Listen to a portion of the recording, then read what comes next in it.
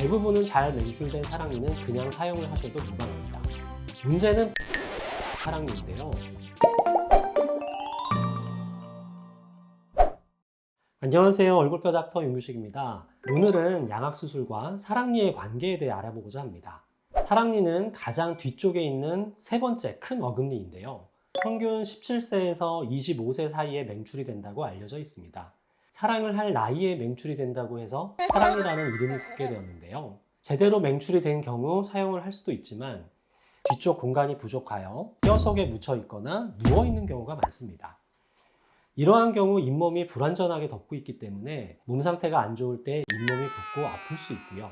뒤쪽 어금니 사이에 음식물이 낄 수가 있어서 충치가 생기기 쉽습니다. 따라서 사랑니는 발치를 하는 것이 여러모로 유리한데요.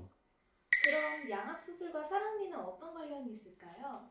흔히들 양악수술 전에 사랑니는 발치를 해야 한다고 알고 계신 분들이 많습니다. 그러나 이건 교과서적인 과거의 이야기이고요. 최근에는 양악수술과 동시에 발치를 하거나 발치 없이 진행하는 경우도 있습니다. 제대로 맹출이 된 사랑니는 보통은 양악수술과 큰 관계가 없는데요. 뼈 속에서 나와 있기 때문에 일반 어금니와 똑같다고 생각하시면 됩니다.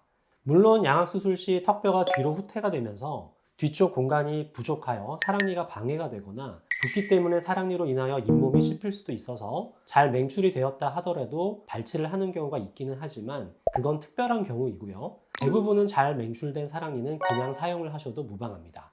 문제는 뼈 속에 매복되어 있는 사랑니인데요. 양악수술 시 뼈를 절골하게 되는데 사랑니가 매복되어 있으면 절골 시에 방해가 될 수 있기 때문에 발치가 필요할 수 있습니다. 여기 이분 파노라마 사진을 보시면 이 위쪽 사랑니도 깊숙이 매복이 되어 있습니다. 상악수술 시 르포트온 방식으로 절골을 하게 되는데요. 이때 절골 라인에 사랑니가 위치하게 되면 당연히 수술 시 방해가 되기 때문에 발치가 필요합니다. 이렇게 완전 매복된 위쪽 사랑니를 수술 전에 발치하는 것은 아주 어려운 일인데요. 워낙 뒤쪽인데다가 입안으로 진행을 해야 하니 보이지도 않고 기구를 접근시키기도 매우 어렵습니다. 하지만 양악수술 시에는 상악을 절골시키면 이 상악의 밑바닥이 노출이 되게 되고요.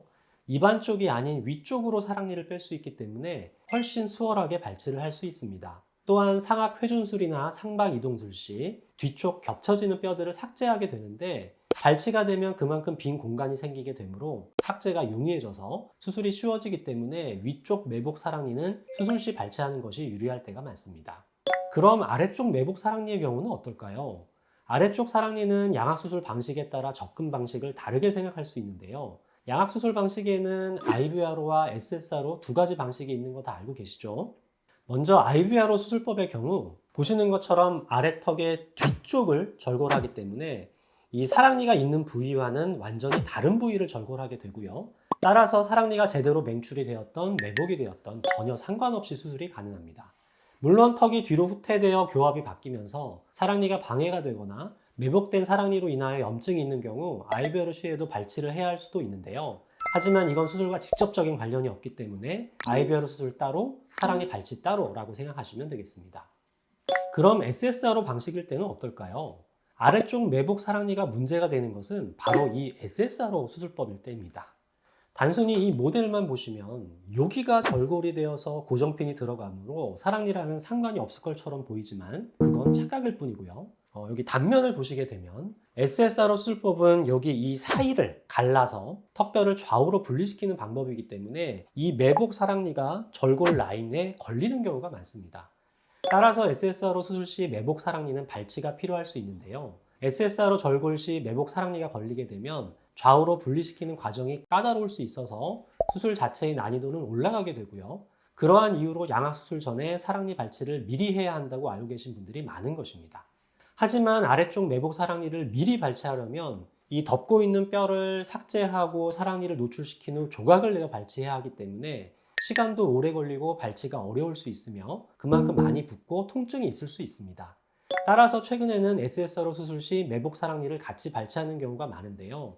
과거와 달리 수술 기법이 발달하여 사랑니가 있더라도 SSRO 절골 시 크게 문제없이 좌우 분리가 가능하고요. 보시는 것처럼 이렇게 뼈를 좌우로 분리시키게 되면 옆으로 사랑니가 노출이 되게 되고 옆으로 쑥 꺼내어 뺄 수 있으므로 발치 역시 수월하게 진행이 가능합니다. 환자분 입장에서는 사랑니 발치와 양악수술 2번 고생할 것을 한 번만 고생하면 되는 것이니 꼭 먹고 알 먹는 수술이라 생각하시면 되고요. 사랑니를 같이 발치했다고 하여 더 붓는다든지 통증이 심하다든지 하지는 않기 때문에 저희 병원에서는 양악수술 시 사랑니 발치를 종종 같이 진행하고 있습니다. 그러나 사랑니 발치를 같이 하게 되면 아무래도 뼈 속에 공간이 생기게 되고요. 이 공간에 피가 고이면 박테리아가 번식할 수 있는 좋은 환경이 되기 때문에 수술 후 염증이 생길 확률이 올라가게 됩니다. 따라서 양악수술 시 무조건 사랑니 발치를 같이 하는 것이 좋은 것만은 아니기 때문에 상태에 따라 발치 여부를 결정하시는 것이 좋습니다.